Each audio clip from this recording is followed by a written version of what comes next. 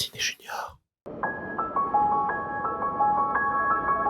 Ouh, mais c'est qu'il ne fait pas chaud par ce temps. Il me reste encore un tout petit peu de marche et je serai à la gare. Dommage que personne ne soit là pour faire une bataille de boules de neige avec moi. Ben moi je suis là. Oh, Delphine Maury. Génial, on va pouvoir faire un bout de chemin ensemble alors. Mais cela m'aurait bien servi que vous ne soyez pas productrice de cinéma, mais plutôt productrice de roller ou tout autre moyen de transport rapide qui m'aurait fait gagner un temps fou. Mais discuter avec une productrice de cinéma, un des métiers les plus importants de la création des films, c'est une chance en or pour en savoir plus sur notre passion commune, à vous et à moi, jeune cinéphile, le cinéma. Bonjour, je m'appelle Delphine Maury et je suis productrice de dessins animés depuis maintenant une dizaine d'années. Je vais vous raconter un peu ce que c'est que ce métier de producteur. Comment vous êtes-vous lancé dans l'aventure de la production cinématographique? Donc ça a commencé il y a 10 ans, donc c'est assez récent dans ma vie, puisque moi j'ai quasiment 50 ans. J'ai fait d'autres métiers avant. Avant ça, j'étais journaliste dans la presse pour enfants.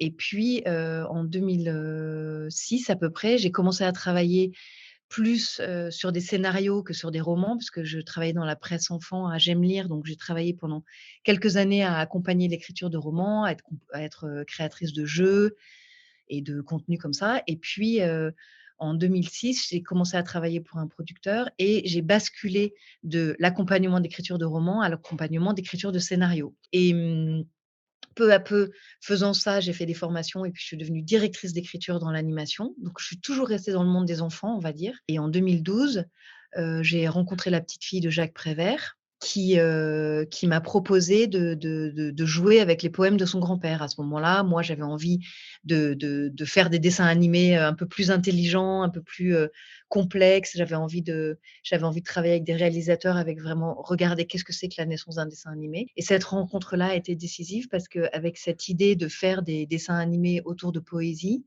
j'ai pu proposer ce projet à France Télévisions et c'est France Télévisions qui m'a dit: «Mais pourquoi tu produis pas ce projet-là? Parce que ça fait, 2 fois que tu nous vends un projet et donc bah, ce métier-là, ça s'appelle producteur, donc est-ce que tu pourrais devenir productrice?» Et donc j'ai vraiment monté ma boîte, Tant mieux prod, heu, grâce à cette idée de créer cette collection en sortant de l'école, qui est née un peu comme ça, un peu par hasard, de la rencontre avec la petite fille de Jacques Prévert et avec cette idée de faire des films autour de la poésie. Et du coup, c'est quoi concrètement le métier de producteur? Le métier de producteur, il y a plusieurs façons de le faire. Moi, je pense, moi, je le fais d'une certaine manière qui est que c'est moi qui ai toujours initié les projets que je produis. Je dis ça parce qu'il y a des producteurs qui reçoivent des projets par la poste et qui décident de les porter, de l'idée jusqu'à la réalisation. Donc un producteur, pour moi, c'est quelqu'un qui porte des projets du début jusqu'à la livraison à un diffuseur. Le diffuseur, ça peut être des salles de cinéma si c'est du cinéma et si c'est la télévision, c'est des diffuseurs avec aussi maintenant toutes les plateformes et tout ça. Et c'est un métier, c'est pas tout à fait l'équivalent d'un métier d'éditeur parce que nous, on a affaire avec énormément d'intermédiaires. Fabriquer un film, ça demande bien plus d'intermédiaires que d'avoir un auteur et de faire un livre. Je dis ça parce que moi, je viens du monde de l'édition, donc j'ai toujours comparé un peu ces 2 métiers-là. Hem, donc en quoi ça consiste d'être producteur? Ben, c'est un métier où il faut à la fois, savoir repérer des projets, voir comment on va les faire grandir, réunir toutes les personnes qui peuvent les faire et ça part donc de l'idée, c'est-à-dire au début réunir les scénaristes, les graphistes. Moi, je travaille dans le dessin animé, donc évidemment ces 2 choses-là sont consubstantielles et puis ensuite, réunir les équipes techniques pour que, on passe des scénarios au storyboard, à l'assemblage de tout ça, la réalisation, tous les techniciens qui interviennent et cetera.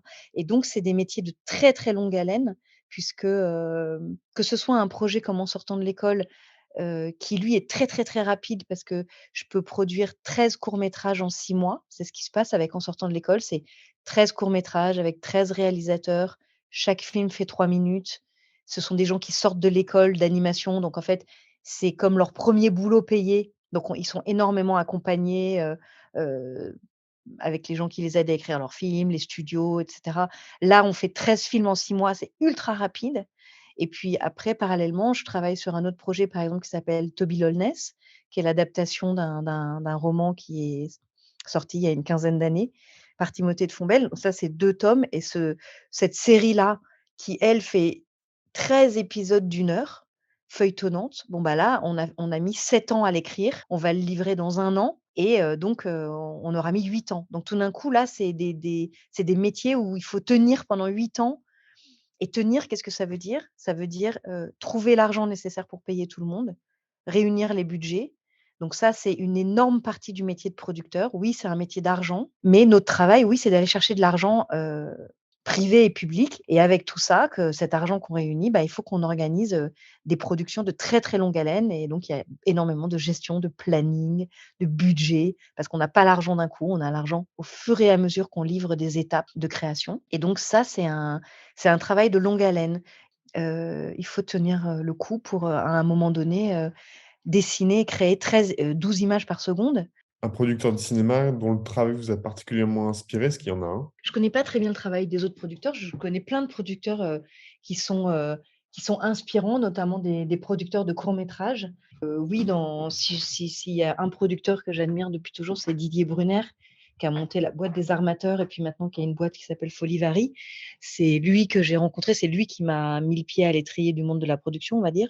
Après dans des trucs un peu plus mainstream, il y a Folle Image. C'est ça les gens qui m'ont inspirée. Est-ce que vous avez d'autres projets de production en cours de développement en plus de ceux De que vous Toby avez? Loveless et d'En sortant de l'école. Oui, parce qu'être producteur, c'est sans arrêt avoir des nouveaux projets, qu'on lance. Il y en a plein qui restent en suspens, qui n'aboutissent jamais et cetera et puis il y en a quelques-uns qui décollent au moment où un diffuseur s'intéresse à nous. Donc, dans les autres projets que je porte, il y a Van Gogh aussi, qui est l'adaptation du 2e roman de Timothée de Fombelle, qu'il a écrit après Toby Loveless. Donc Van Gogh, pareil, on a un projet de série. C'est un peu plus dur à monter parce que ça se passe pendant l'entre-deux-guerres, parce qu'on avait envie de faire un truc pour, les ados adultes et que c'est beaucoup plus compliqué dans l'animation de lancer des projets un peu comme ça aujourd'hui et après on a 2 projets de long métrage, un qui s'appelle L'ours et l'ermite, qui est une adaptation d'un roman, illustré par, Quentin Blake, écrit par John Yeoman. Ça, c'est un roman qui a une trentaine d'années et on est en train de faire un long métrage. Donc là, on est dans tout un processus où on découvre un nouveau genre de production, parce que produire un long métrage, c'est super différent de produire quelque chose pour la télé. Et on a un autre long métrage qui s'appelle Le dernier des cailloux, qui est porté par une ancienne, d'En sortant de l'école, Caroline Charrier, et qui est un projet, qui est une histoire d'amour impossible entre une créature des abysses et un phare avec un petit garçon au milieu de tout ça. Et l'ours et l'ermite, ça c'est une histoire entre un ours et un ermite qui se rencontrent et qui vont, s'apprendre plein de trucs alors qu'a priori ils ont pas grand chose à voir l'un avec l'autre. Ça va être plutôt une comédie pour les enfants et et voilà, il y a un autre projet, enfin, on est tout le temps un peu en train de lancer des projets, d'avoir des idées et après il faut que ça décolle, mais parfois ça prend, plusieurs années. Il faut être patient. Est-ce que vous auriez un conseil pour les jeunes auditeurs qui souhaiteraient devenir producteurs de cinéma? Le seul conseil, mais qui est un conseil général, dans la vie professionnelle, c'est une phrase que j'avais lue quand j'étais toute petite, c'est que, il faut avoir des rêves trop grands pour, ne pas les perdre de vue tandis qu'on les poursuit. Ça, c'est un voilà, c'est le seul conseil que j'ai parce que donc oui, il faut être un peu inconscient, oui, il faut avoir des rêves trop grands et je vois pas comment tenir autrement. Quel serait le meilleur film selon vous pour partir à l'aventure? Moi, le film qui m'a le plus marqué comme une aventure assez inédite, c'était un truc qui s'appelle Into the Wild.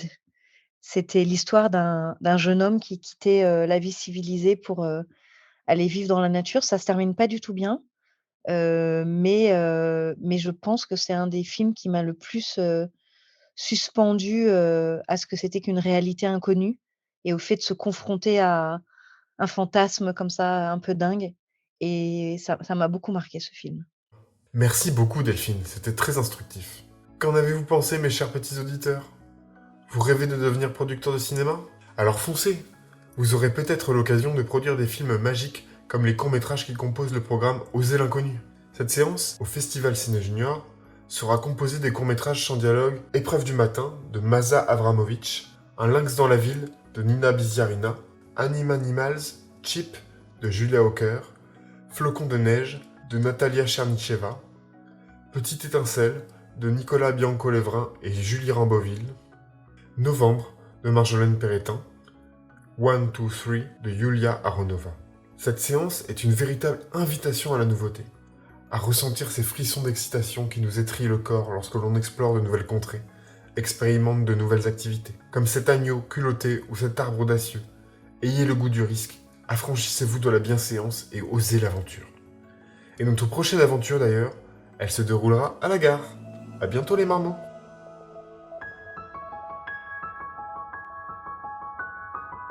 Ciné Junior, en partenariat avec la radio du cinéma.